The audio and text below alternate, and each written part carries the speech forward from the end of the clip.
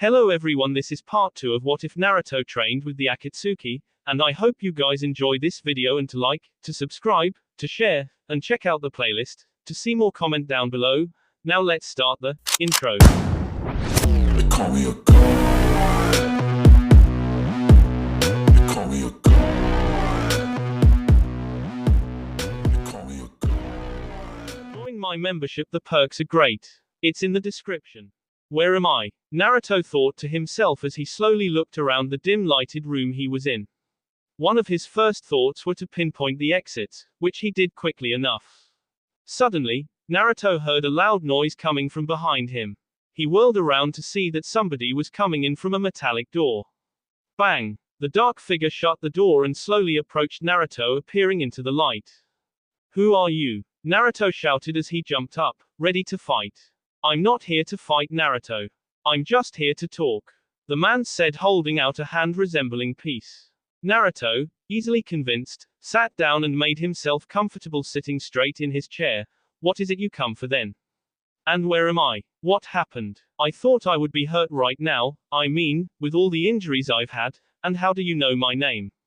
"It's not Naruto, it's Sama-sama-sama. Calm down, Naruto, we'll get to that soon enough. First of all, my name is Morino Ibiki. You've recovered from your injuries because you've been asleep for a few months now. You have healed fast. You are here in Konoha. Your mission was a failed attempt even after the Akatsuki tried to come and clean up the mess you did." Where are they?" Naruto shouted, frowning, fearing the worst. Ibiki looked sad a moment, then spoke. "I'm sorry to tell you this, Naruto, but by wasting so much time explaining how you beat Gaara, we called enough Anbu members to defeat the Akatsuki members who had come in to rescue you. They are now there is nothing else left of your clan, or home. We followed one person back to their base and attacked them there. It was a fierce battle, but we still had the element of surprise. I'm very sorry, but I've come here today to offer you a proposition. The village of Konoha has decided to give you a second chance at a better life. We can let you free with few restrictions, and your life can be normal. How does that sound?" Naruto was in shock for hearing the words explaining that all the people he had ever known, who he cared about, were gone, banished from the face of the earth, never to see him again. "That's impossible," Naruto muttered as a drop of water fell from his eyes. "What if I refuse your offer?" Naruto said, getting back on track. "Then you will be sentenced to death. You're able to join the Akatsuki if you'd like. They're gone, you're going to have to face that fact. But you aren't. You have to understand that you still have a chance at life. You'll be a teen shinobi with very strong powers. Konoha is willing to promote you to Junin, even though in reality, you're not even a genin yet. It's your choice." Naruto was silent for a moment, then spoke in a raspy voice saying, "I'll live." "Wise choice, young man. But before we do anything, we would like to ask you a few questions to see where you stand at your current mental state, what you've been through, what you can endure, therefore that way we can match you with the most suitable lifestyle especially for you." Naruto smiled, his hopes shot way up. He hadn't trained with the Akatsuki for 13 years for nothing. "So basically what you are saying is, that you are actually interrogating me so that you can find out as much as you can about the Akatsuki by telling me that they are already when in reality they aren't. But you think that by using me, you can find out some valuable information that would be useless if they were but since they aren't you might be able to use it against them.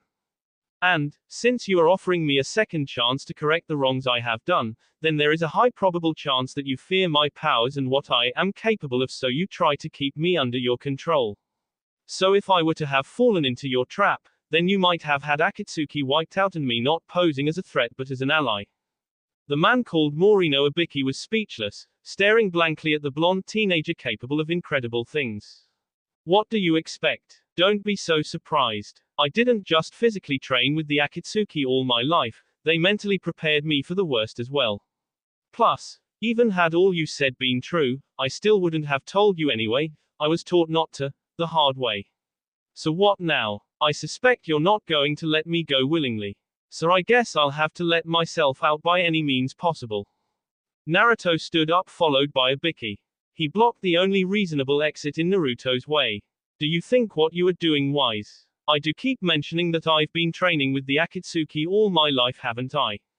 "More than once," Ibiki said, smiling. but I would put my life at stake to protect the village of Konoha and delay you from passing. Don't think I won't be a challenge. I suppose then there is no other way, Naruto said with a sigh as he prepared to fight. Danchaku Hakuryokumenton. Ibiki shouted as he pulled back his arm, clenching a fistful of black chakra.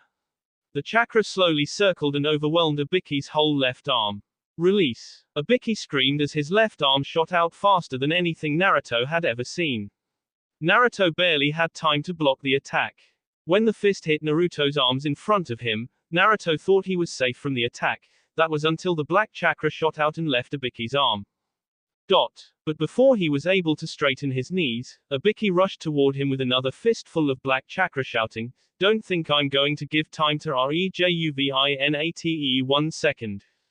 I won't have any more of this," Naruto thought to himself, feeling very agitated. The third kick to Naruto was caught. Naruto grasped Ibiki's legs and whirled him around, threw him to the other wall. Payback. Cough. Naruto shouted, coughing up a little more. Ha ha ha ha ha. Ibiki said as he stood up. You won't be able to last much longer, Naruto. My special and secret technique is very effective. It slows down the function of every internal organ and also weakens all your muscles. When the punch connects, it does more damage, slowing you down and making you almost too weak to move.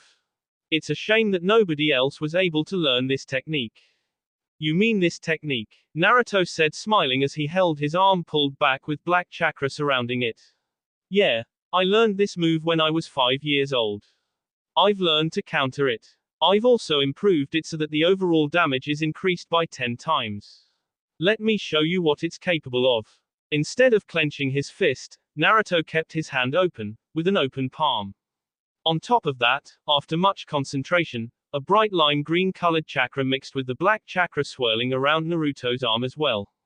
With those two modifications, Naruto ran toward Ibiki, driving his open palm into Ibiki's face against the wall, almost crushing his skull.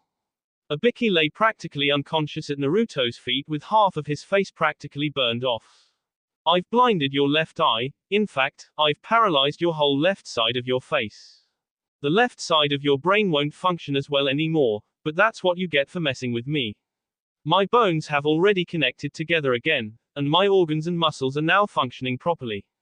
I've perfected that jutsu. I countered the jutsu you used on me, by using my own version of that jutsu that also heals me and does more damage, especially when inflicted to the head.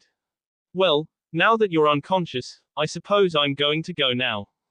Naruto walked out of through the steel door and out into the open village of Konoha.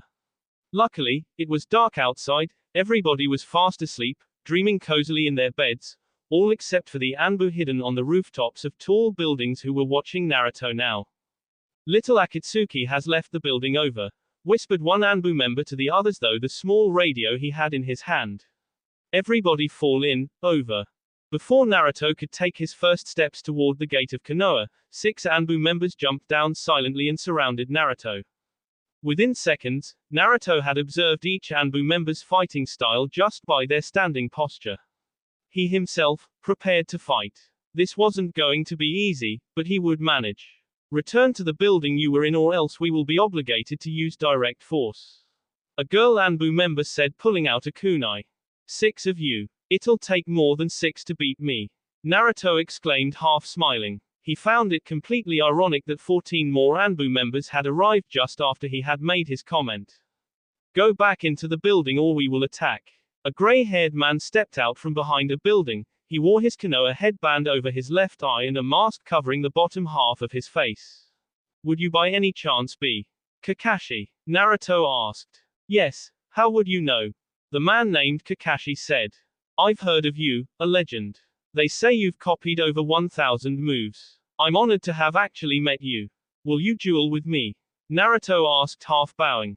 That depends. If you can get past all these Anbu members here, then I guess I'll have to jump in and stop you. Very well, Naruto said, already dashing to the right, bashing one Anbu member's skull into the concrete, crushing it with bare force. The battle was brutal. Naruto had never been in a more fight. His Akatsuki robes were stained with the color of B, he had the red liquid all over his face and hands. It was truly AM. Naruto hardly got injured, Only a slight C to the arm and he had taken everybody but the opponent he wanted to fight left, Kakashi. When Naruto had finished the job, he turned to Kakashi and asked, "Ready?"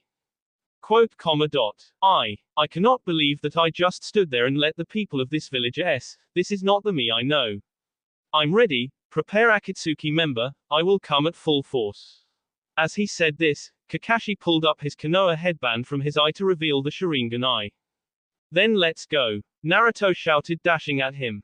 Right before Naruto was in range of Kakashi's arms, he jumped up into the air throwing kunais at his opponent. Poof! The Bunshin disappeared and the real Kakashi reappeared behind Naruto while in the air. Kakushibu no Jutsu. Kakashi grabbed Naruto's arm and Naruto managed to pull away within less than half a second. But it was too late, the jutsu was already taking its toll. Naruto felt sleepy, he felt tired, he felt too weak to do anything. His skin started turning pale and dry. He became fragile and hit the ground hard. His breathing became tense, and his heartbeat became slow. Naruto lay there still, an inch from death, he lay there, while Kakashi prepared his next jutsu. Chidori. Kakashi shouted as blue lightning flashed from Kakashi's right hand. Constant bolts of lightning surrounded what seemed to be a ball of electricity in his hand. Poof! Naruto's clone disappeared with a puff of smoke and the real Naruto jumped from under the ground, jamming his fist into the bottom of Kakashi's chin. Kakashi was immediately dropped to the ground but stood back up again. Impressive. You and I, we are alike in many ways, Naruto began. We are both skilled shinobi, fighting for what we think is right, and like you, I can copy abilities too. For instance, a clone of Naruto appeared behind Kakashi instantly and touched his face, finishing the sentence the real Naruto was saying, "The plague jutsu you gave me.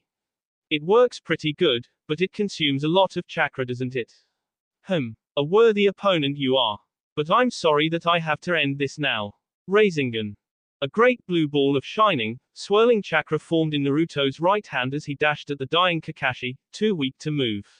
However, Naruto did not get to finish his opponent off. The Rasengan disappeared after the lady her fist into Naruto's face, sending him into another building through the walls of bricks. He came back out again to face his new opponent. "Hey, what are you doing in my village? You're causing trouble. Lots of it too," the lady said. She had blonde hair and wore a green cloak that had the word, luck, on the back. "I don't have time to play, I need to get back. However, I suppose I could finish off one other person," Naruto said, groaning and reaching into his cloak, pulling out the exact same beads he had used on Sasuke during the preliminaries. "You won't get past me, kid. The name's Tsunade, remember it. The name's not Kid, it's Naruto," Naruto said, exposing his true identity, although some people knew. He threw the handful of beads as they exploded into Rasengans. The lady, however, appeared behind him. "I'm right here," and with that, she flicked him in the back of his head and he went flying into another building, crashing through the wall. Naruto came out and wiped the small line of B coming down from his lip. He smiled and said, "Wow, who might you be? How did you get so strong?"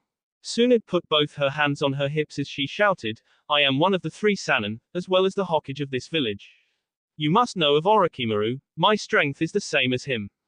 Suddenly, many Anbu appeared from the rooftops and jumped down to surround Naruto. "I suppose it doesn't really look like I can win this one, Naruto said, looking around him. He knew there was no way he could win. Orochimaru was already better than Naruto by himself, and if Tsunade wasn't bluffing, then he could not take on her and all the Anbu members. "What do you want me to do?" There is nothing you can do, you've already chosen a life that leads to nowhere, end. You are already sentenced to death, this is your last fight, Naruto-kun. "Well, I can't possibly let that happen, now can I?" Naruto said without a worry in his voice. He thought hard for a few seconds and came up with his plan. "I've got it. Well, looks like everybody's ready, He stood straight up, took a deep breath, and got ready to fight.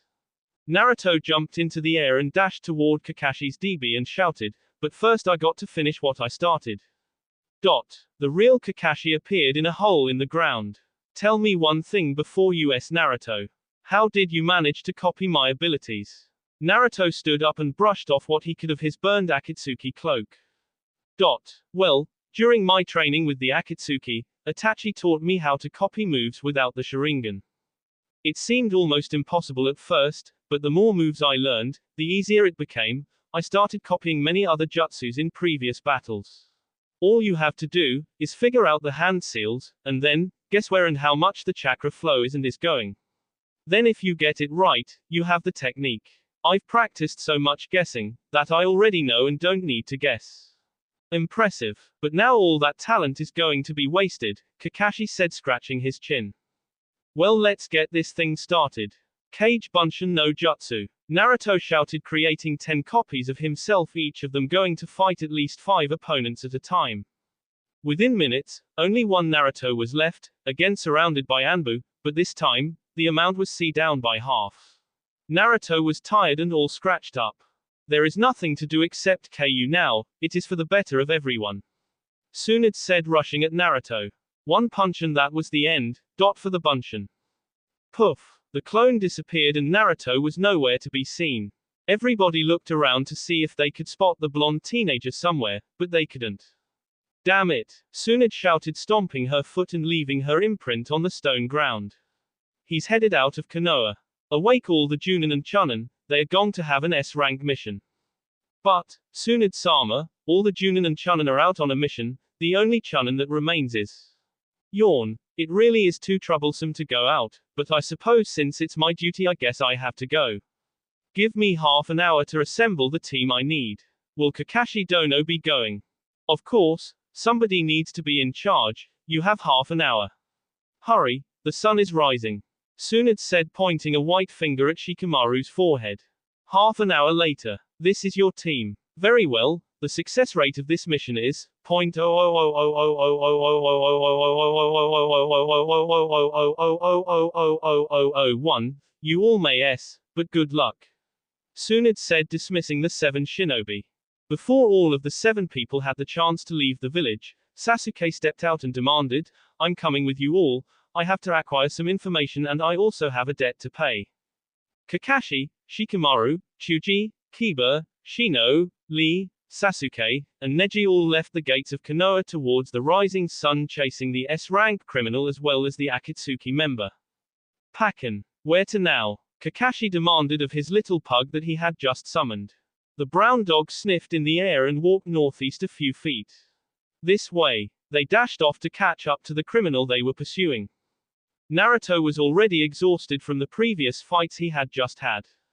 He needed someplace to rest, but he knew some people were pursuing him. There was no chance that Tsunade would let Naruto leave just like that. He needed to get rid of them, somehow, someway. His plan had been forming in his mind ever since he had left to the village.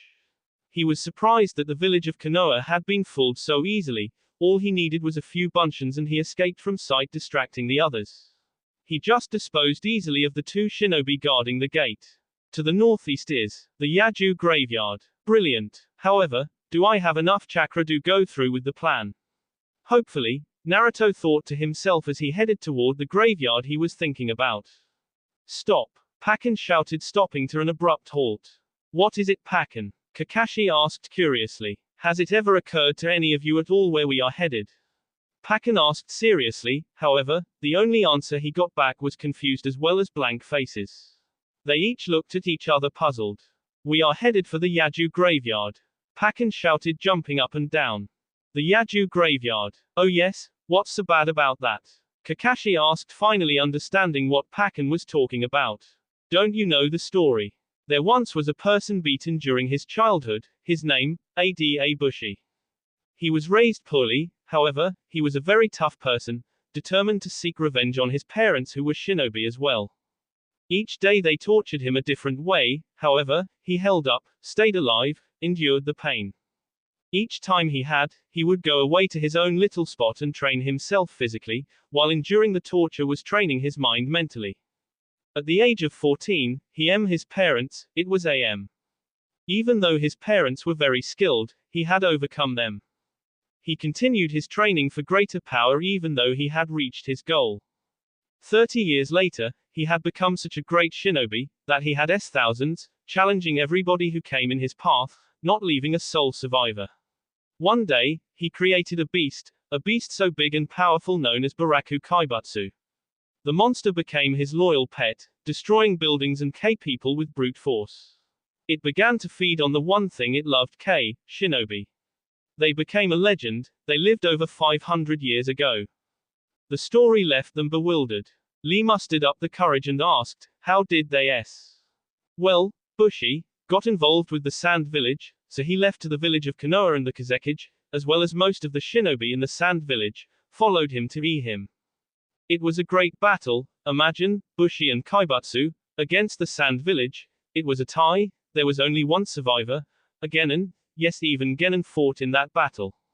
The little boy found our village, and reported what had happened.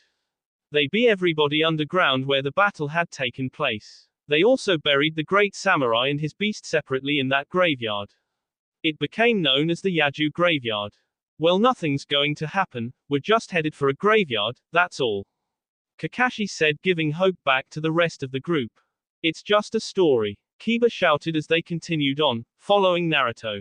When Pakken had finally stopped, he lifted his head and sniffed the air. In a silent voice, he whispered, he's here, where I said he was headed. I think it may be a trap. It doesn't matter, we must continue, this is our mission, we must be cautious. Kakashi said, leading the group through the black gates and into the dark foggy area. The graveyard was huge, with gravestones everywhere. However, at the end of the graveyard was a large hill. And on that hill lay a large gravestone with some encrypting on it. When the full group had entered, the gate closed behind them, and Naruto appeared on top of the large tombstone with his arms out in the air, as if he were embracing the darkness. Come closer, my fellow shinobi, it is only I, Naruto. Naruto shouted as the 8 shinobi and one dog came nearer to their enemy cautiously. I have a surprise waiting, behold, my another perfected jutsu, Boutouanoyo no jutsu. Naruto shouted, lifting his hands up to the night sky. He jumped off of the gravestone as the ground shook below them. The ground tore, and beneath the large tombstone, out emerged a monster so great, so huge, that it could swallow Kakashi whole. It came out angry and hungry, fur and skin deteriorated, the rotten smell spread throughout the graveyard. Still think it's just a story, kid? Pakken asked to the shocked Kiba. But wait, there's more. Naruto shouted with an evil grin, rise, Ada Bushi. The great samurai warrior appeared from underneath the gravestone as well. He came out, looking disastrous. His golden armor was dull and stained with B. His sword, however, was still as sharp as ever, however, not as shiny. Well, this might be a problem. So troublesome, Shikamaru said, groaning. Kakashi immediately starting shouting out orders, Lee, Neji, Shino, and Sasuke, you 4 take on Bushi, Kiba, Chuji, Shikamaru, and I will take on the huge beast. Pakken, get out of here. Poof. The dog disappeared and the 8 shinobi all started following the demands they were given. All but one. Sasuke, who had his eyes on Naruto the whole time, escaped from the scene and followed Naruto out of the graveyard, and left his teammates to fight on their own. He kept following Naruto, never stopped, looking back, worrying about his team, his village, what would happen next. He needed to know some things, and he needed to know now.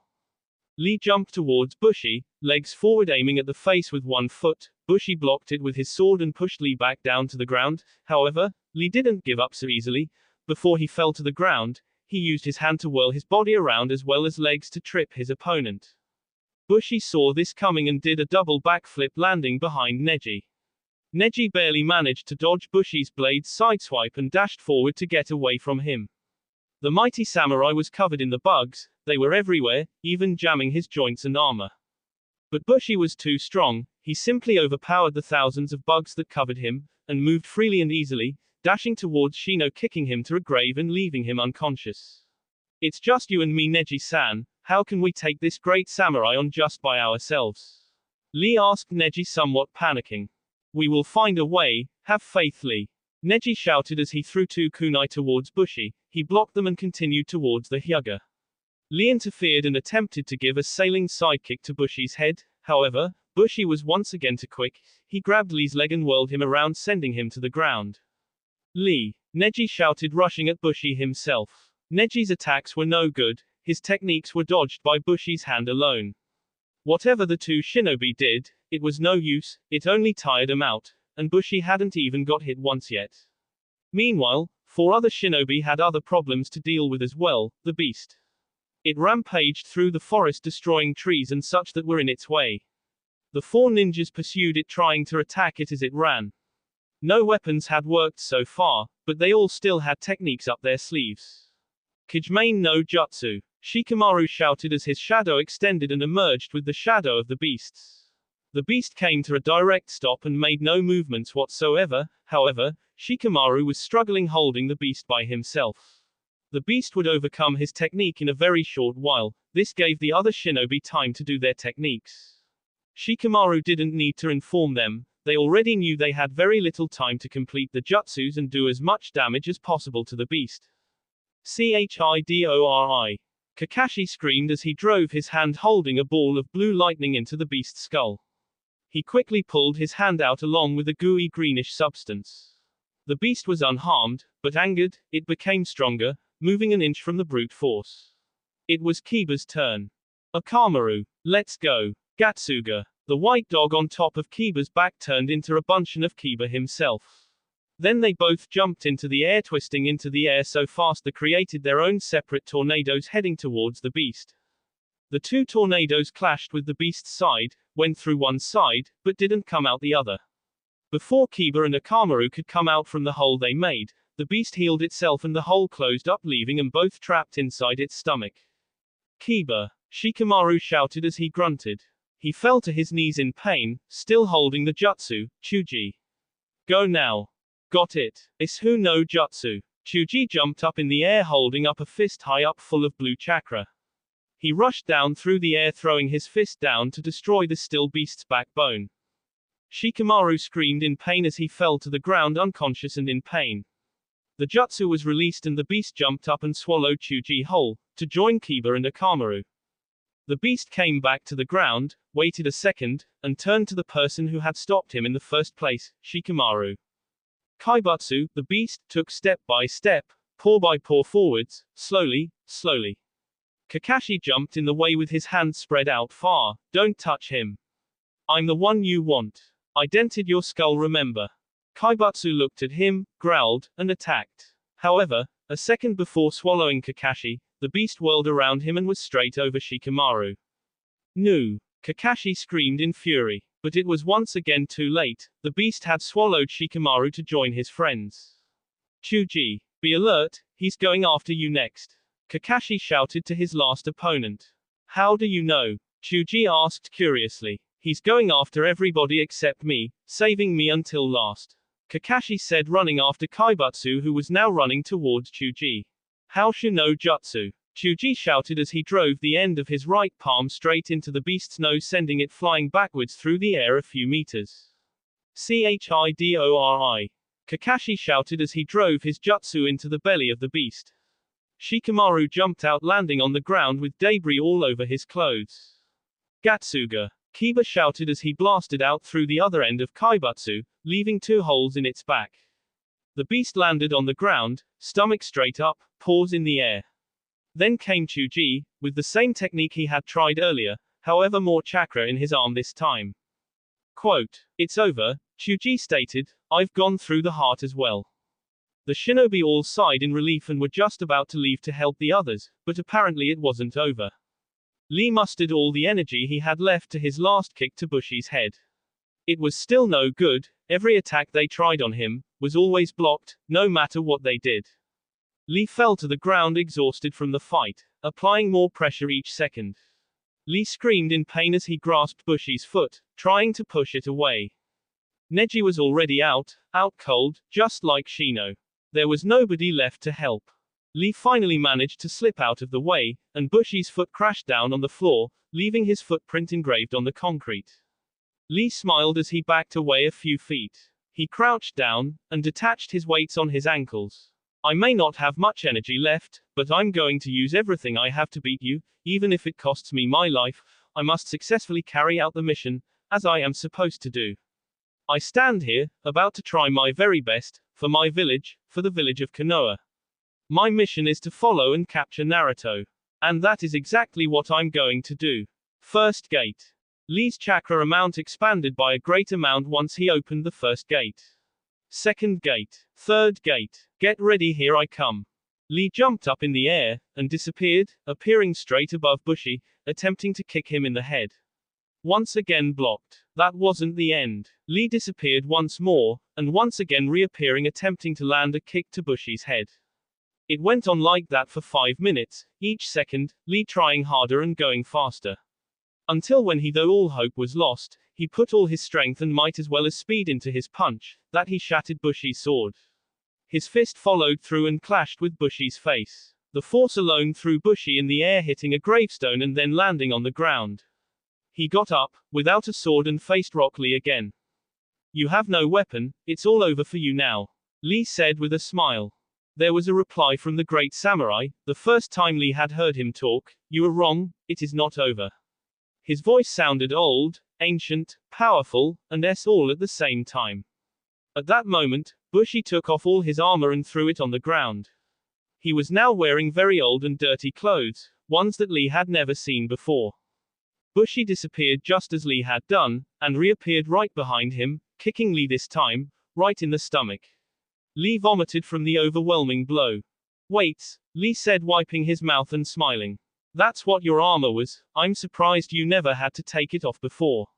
You are a very strong and worthy opponent indeed. All this time, even with the tons of weights you had on, you still managed to match my speed without weights. However, I must end it now. I can't allow this to continue. Fourth gate, open. Fifth gate, open now.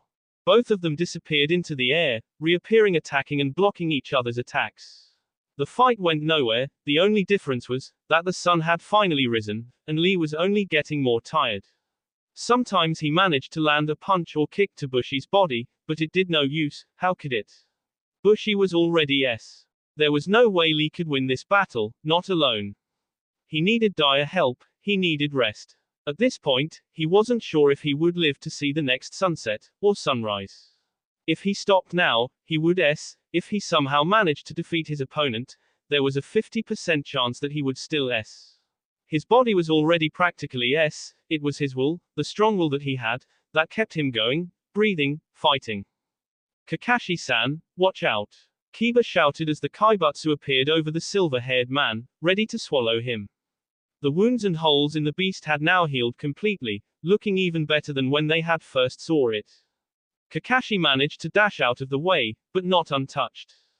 Kakashi-san, how can we K something that's already S? Kiba asked to Kakashi, looking for an answer. I don't know, Kiba, that's not something I can tell you, but I can tell you that our mission is clear: follow and stop Naruto.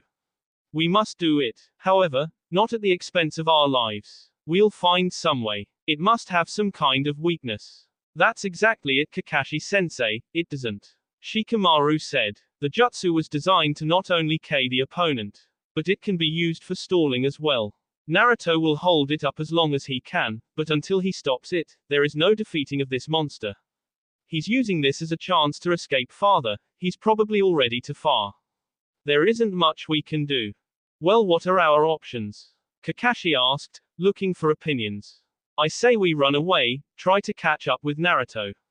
After all, if you say we can't beat this thing, then what's the point of fighting it? Kiba proposed. Shikamaru shook his head. That won't work. If we don't attack it, it'll attack us, it will follow us, and K us. All we can do then is defend. This is a lose-lose situation for us. I've only thought of one way we can still carry out the mission. However, it's going to take a miracle. Somebody needs to call for backup. Get the Hokage over here if possible. She'll handle things. Also, chances are that the other team is already S. I'm not saying I don't have faith in my teammates. No, it's not that. What I'm saying is, if Bushi created this beast, then obviously Bushi is going to be much stronger, so why did you pick this team to fight the beast, Kakashi? That is one big mistake we've made. But don't worry about it, somebody's still fighting. If not, then Bushi would already be here by now. So we must place our hope in him also. But based on all the things that I've thought of, I say, we need to call for help. I'll go, seeing as how Akamaru and I are probably the fastest, I'll go. I'll hurry back, Kiba said, running off through the forest along with his dog, Akamaru. Kaibatsu immediately rushed off to follow Kiba, but Chuji, Shikamaru, and Kakashi interfered and managed to stop it in its tracks. They cornered the beast, each person ready to use their best jutsus on it if it made a single move. But the beast didn't move, it froze in its tracks. It began to expand. It's going to explode. Move out of the way. Kakashi shouted as all three shinobi rushed as far away from Kaibatsu and into the forest as possible. Lee was about to fall down, and rest for eternity, when Bushi suddenly stopped, and exploded without warning. Boom. The battle against the U was finally over. Kakashi, Shikamaru, and Chuji were all unharmed. They continued through the forest until they finally came to the place where Lee, Neji, and Shino were fighting. They found all three of them, however, Lee was cold, and his pulse was gone. Lee, Chuji said in a soft and melancholy voice. We were too late. Lee used all he had in him to get past Bushi. Chuji, please go and deliver his S-body to Konoha. Kakashi said in a whisper. Yes sir. Shikamaru, we must wake Neji and Shino, then we must continue, despite the losses we've had today. Kakashi said. That is exactly what they did. Shino and Neji awoke and the four shinobi went on with the mission and followed Naruto's path through the forest with Pakken leading them, while Chuji brought back Lee's limp body to Konoha. Meanwhile, Naruto ended up in the sand village, finally releasing his jutsu. He looked for an old friend of his, literally old. She was a great shinobi, who had cared for Naruto before. Chiyoba-sama. She came rushing out of her house and hugged Naruto who was in pain. Let me rest old woman, please, I am exhausted, and Konoha is after me. Have no worry Naruto, all will be well, you are safe within these walls. Nothing will harm you here. Not even the village of Konoha. No, there is still one, here already, in this village. I can feel his presence. He thought he was sneaky, but I led him away from his teammates, he shouldn't be a problem. He is listening now, as I speak. Find him, and please bring him to me Chiyoba. Yes of course, I will. And with that, she disappeared, and reappeared with Sasuke struggling to break away. Is this him? Yeah. What do you want me to do with him? Let us talk. After all the chase is over, his comrades are and he wants information. I'll let him have it. Little did Naruto know, that more trouble was coming, more than ever imagined. There was much silence between the four shinobi and the small pug as they dashed rapidly through the large forest, skipping from branch to branch, tree to tree. Time seemed to last forever, as well as their journey. The silence felt for a very heavy burden was on their shoulders. There was no room for mistakes from the beginning, but they had already made too many. The mission was almost a complete failure, but they still had their orders, and they intended to carry them out. Lee's death was on everybody's mind, but nobody had the guts to bring it up. All they could do was continue and pursue Pakken, for he knew where he was going. It was Pakken who finally spoke, saying, it appears our mission just got a lot harder, he's headed into the sand village, and there is another familiar scent. One that I recognize. Were there any others on the mission? Sasuke. Kakashi said silently. Yes, he's there as well. It doesn't look good at all, but there is still a chance to complete this mission. We now have new orders, capture Naruto, and rescue Uchiha Sasuke. We must clear our heads in order to finish this accordingly. We must put our heads together to come up with a plan. Any ideas? Kakashi asked. Tsunade asked Chuji in the presence of Kiba and Akamaru. Yes Hokage-sama, we were divided into teams fighting Bushi and his pet beast. Lee was among the ones that fought Bushi, there was also Shino, Neji, and Sasuke. The beast exploded and that's how it was defeated. I'm assuming that Bushi exploded as well. I think Lee did his best and played all his cards in this fight. But when Bushi exploded, I think that was the end of him. We found Shino and Neji unconscious, but Sasuke was nowhere near the battle site. The four that remain continued to carry out the mission. We need more teammates Hokage-sama. We cannot do this mission alone. We alone have tried our best. And we alone have held up the best we could. But he's too strong. We can't do this alone anymore, Chuji said as he fell to his knees in tears. Hokage-sama, let me help. I will gladly give my life to capture Naruto and bring back Sasuke. They are just Genin, and one Junin, how can they take on an Akatsuki member by themselves? Shizune shouted. There was silence in the room until Tsunade finally spoke. No Shizune, we will all go. This mission was too dangerous from the start, and now it's my fault that Lee is S. We will have a proper burial, but now, we will go. Shizune-san, get the Anbu over here, as well as Hiyashi-sama. Tell him this is an urgent mission, and Neji's life is in danger. As for Lee, wait until Guy has arrived from his mission. When he does, hand his pupil to him, and then follow us as fast as you can. But Hokage-sama doesn't. Neji-san despise Hiyashi-sama. Shizune asked. That fact may linger, but the other fact that we need all the help we can get is more important. This may lead us all to death, or we may be successful. One thing is for certain, it will not be an easy mission. Hokage-sama, allow us to follow along too. We will do our best. Kiba and Chuji shouted as they bowed out of respect. I suppose it wouldn't be too bad if you two tagged along. We leave as soon as Shizune gets the Anbu and Hiyashi over here. Hi, they all said. Shizune left at once as the Hokage and two Genin waited. Okay, now it's just us two, you and me. You can ask the questions, and I'll answer what I can. However, they can only be questions about your brother. Not about me, or the Akatsuki, which you should know that I am in by now. Naruto said as he sat and drank a glass of water. Very well. First of all, how did my brother get into the Akatsuki, and why? Sasuke asked calmly. He doesn't even tell me that, and I'm the closest to him. Okay, how long have you known him? I said no questions about me, remember? But I guess I could answer this one. I've known him for all my life. Trained with him a lot. Does he ever talk about me? Really? Let's just say he has high hopes of you. He expects great things of you. He knows you'll grow up to be the best there is. As for me, I just don't see how that's going to happen. No offense, but you're really weak. My ultimate goal is to seek revenge on him. But I must get stronger in order for that to happen. I know he is strong, but has he gotten stronger since before? Of course, he's among the strongest in our clan. I am about half as good as him.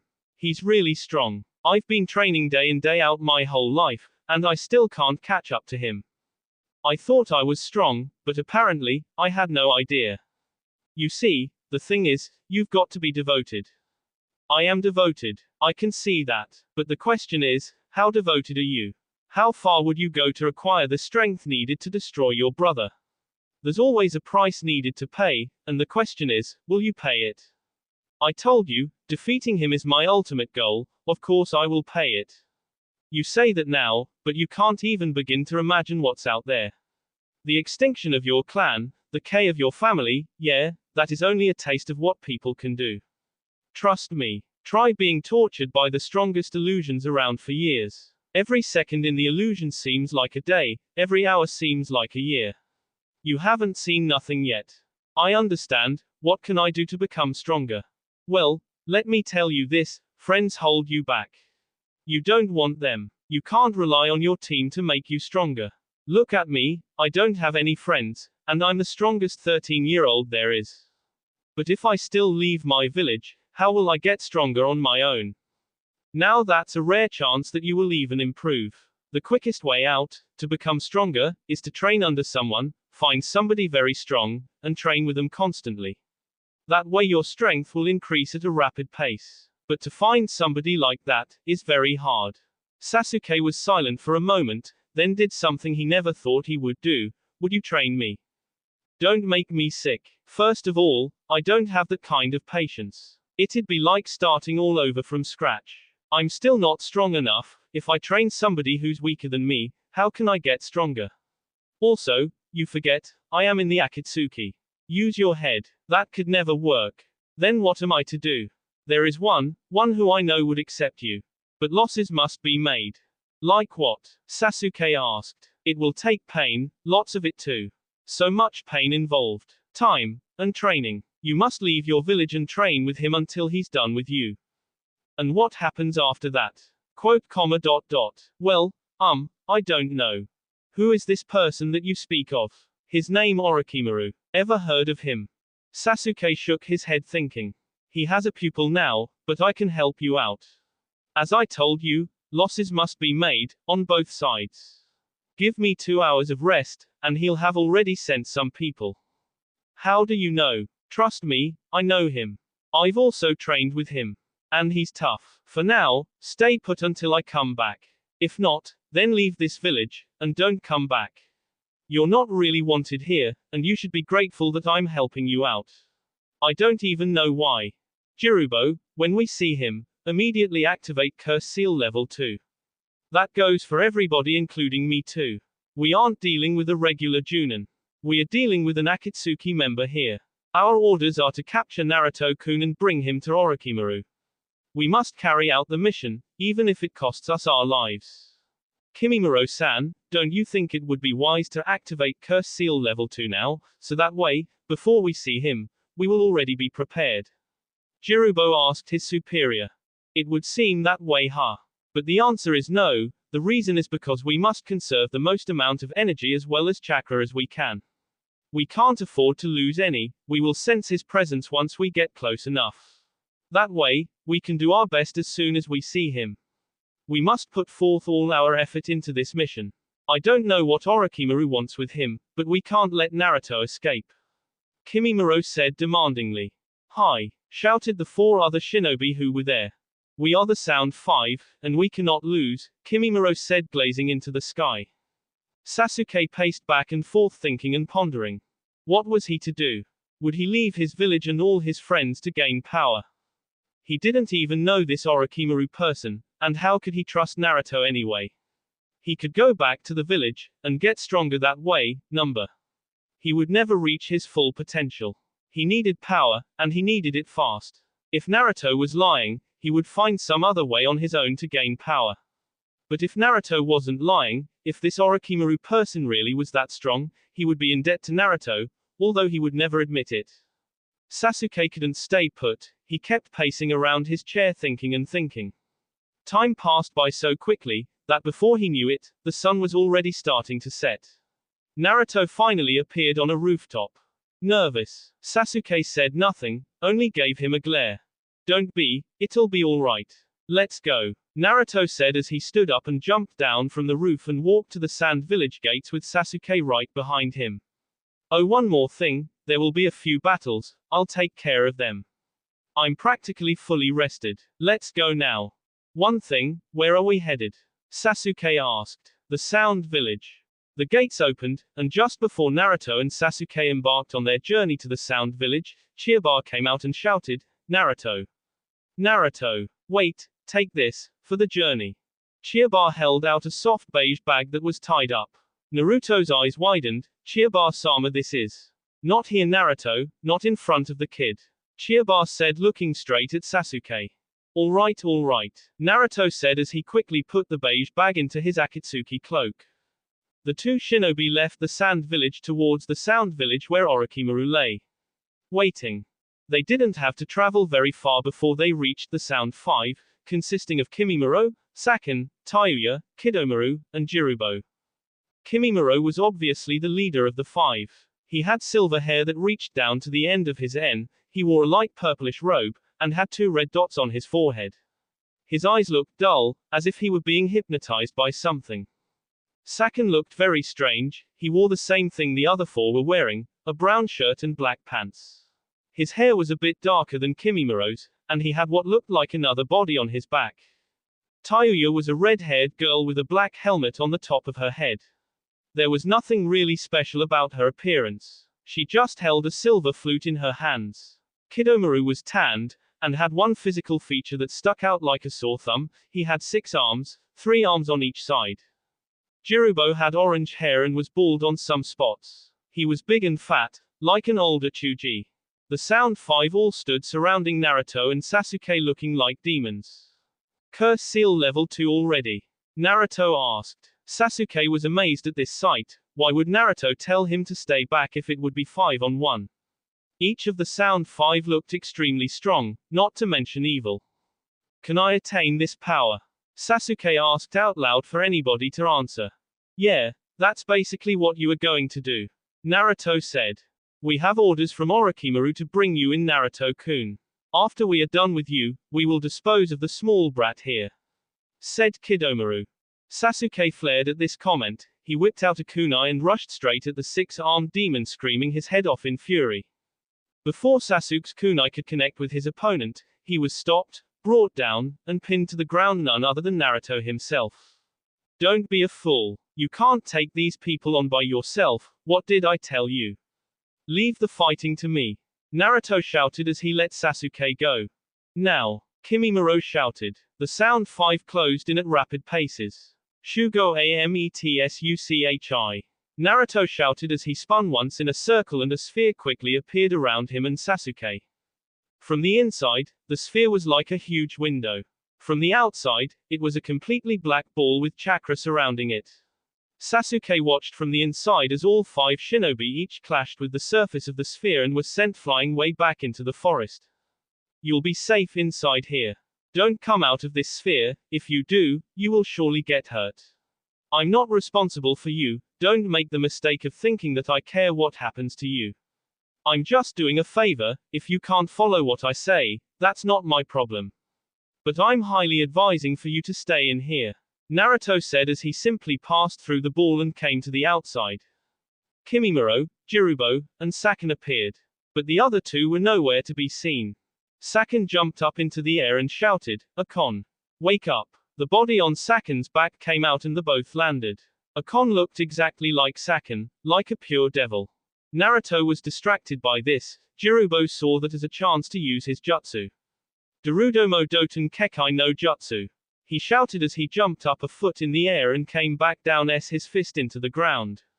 Immediately, a barrier surrounded Naruto and the sphere that held Sasuke.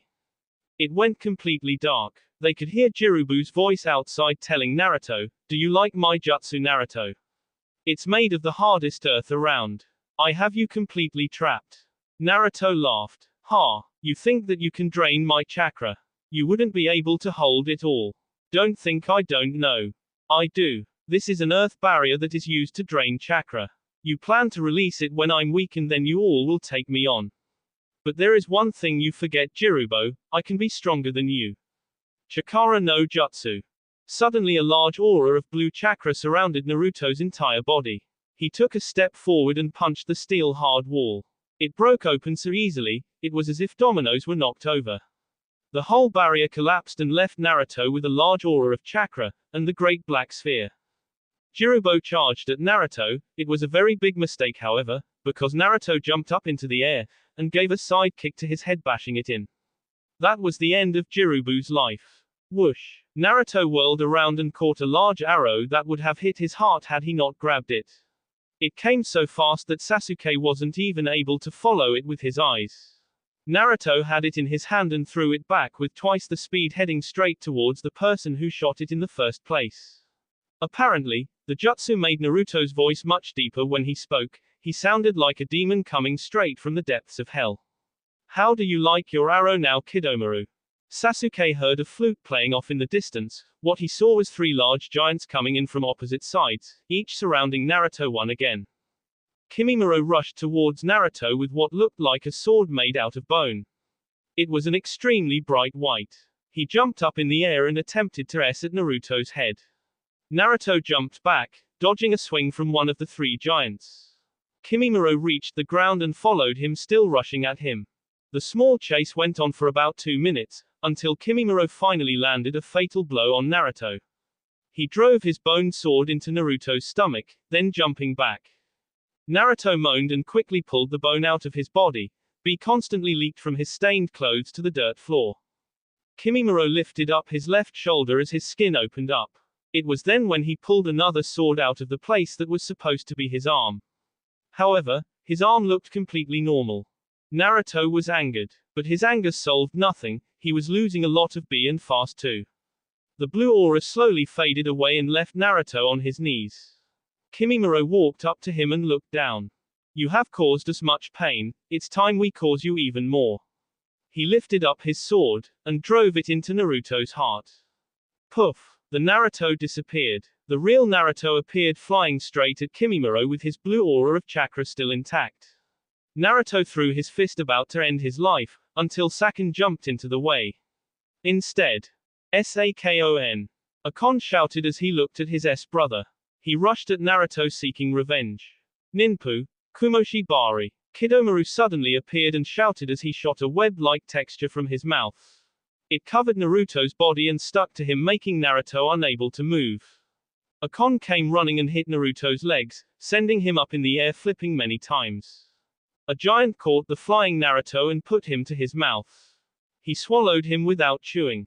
Tayuya appeared and Akon, Kimimaro, and Kidomaru regrouped together. Kimimaro spoke praising Tayuya. Great job Tayuya, good job everyone.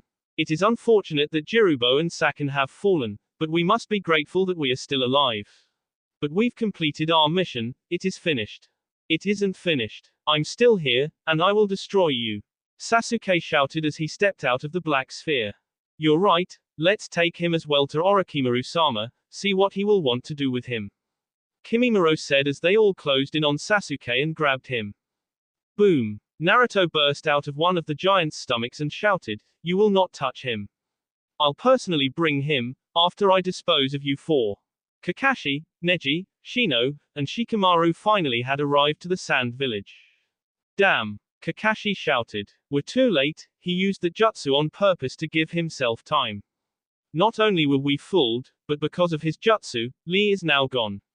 He came to the sand village to rest. Pakken, where has he gone now? Pakken shook his head. He must have showered, changed his clothes, and burned his old ones because I can't find his scent at all. It's totally gone. I have no idea where he is now. Well, what are we to do?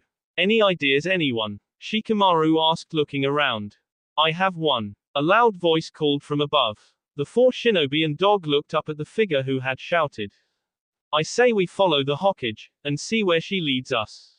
Kiba shouted from the top of the sand village gates. He jumped down as Tsunade, Shizune, Hiashi, and 10 Anbu members appeared from behind the trees. Kakashi, Shino, and Shikamaru, as well as Pakken, relaxed. But Neji became tense, staring intently at Hiashi. When Hiashi noticed this, he walked up to Neji, and kneeled. There he told the truth, about the real history of the Hyuga branches, and begged for forgiveness. Neji was speechless, but instead of forgiving Hiashi, he walked away. Hiashi stood up and sighed. We must pursue Naruto now, I have a bad feeling about this, the Hokage stated. How? Kakashi asked. Pakken's lost Naruto's scent. Doubt not, Kakashi, we will all search for him. Apparently, we still have a long way to go. Naruto stalled for a long time from what Chuji and Kiba told me. Hiashi's Byakugan can't see anybody either. So, we will have to search. Tsunade said. Why don't we ask some people here in the sand? Kiba asked. We're not even supposed to be here, you dope, they are our current enemies, remember? Shikamaru asked. Oh, yeah? Kiba responded, falling silent. Bring your dog over here, Kakashi. We have Naruto's old cloak, maybe he could sniff that.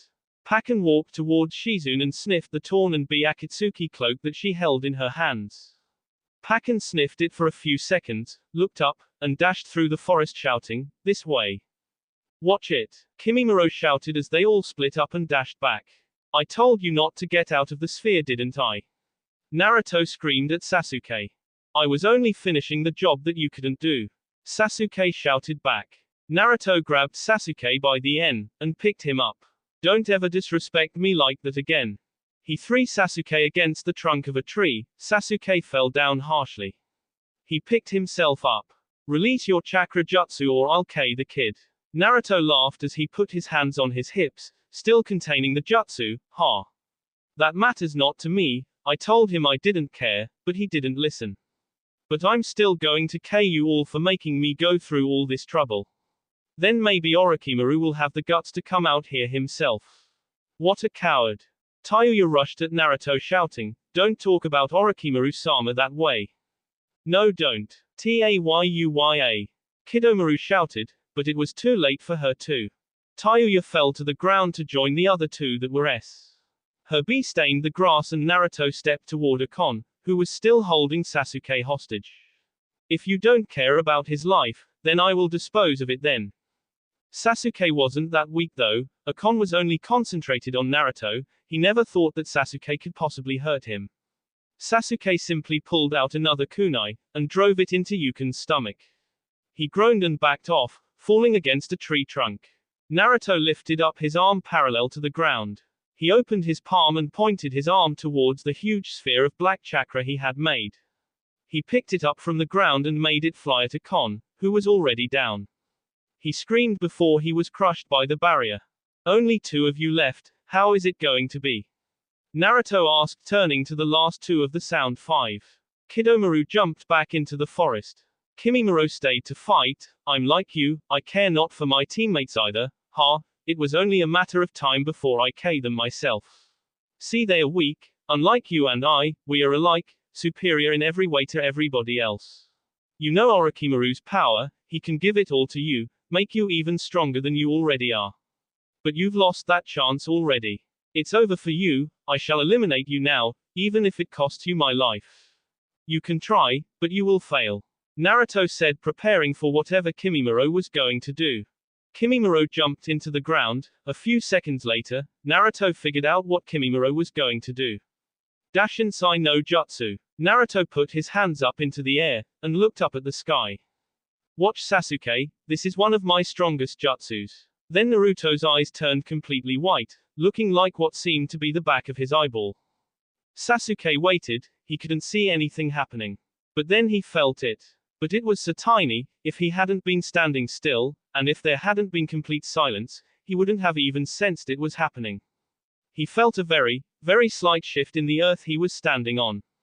What broke the silence was thousands of bones coming from out of the ground, but the thing was, once they reached a centimeter above the ground, they were shattered into dust. Apparently, whatever Kimimaro was trying to do, it didn't work at all. Naruto then put his hands down, and his eyes became normal once again. Then he explained, I created an earthquake that did 2 things, it created an invisible barrier around the atmosphere, and it destroyed every living thing underground, and you barely even felt it. That jutsu takes up so much chakra, I feel weak now. The Kazekage created the jutsu after 56 years of trial and error. It took me 2 months. It was very hard to do, and it was one of the most recent jutsu that I learned. Anyway, we still have one more to take care of. And he's aiming straight for you. Sasuke seemed very surprised at this remark. He became as alert as a cat, looking everywhere. Naruto smiled then laughed, don't worry, Kidomaru appeared, but this time, looking normal. He was weak, and very tired. Sasuke could tell, Kidomaru was leaning against a tree trunk and panting, gasping for air. Ha, that prick, he managed to move to the left, so I would not hit a very vital spot, but he was too slow, I still pierced his lungs. Now I'm going to take him to Orochimaru-sama, just like I'm supposed to.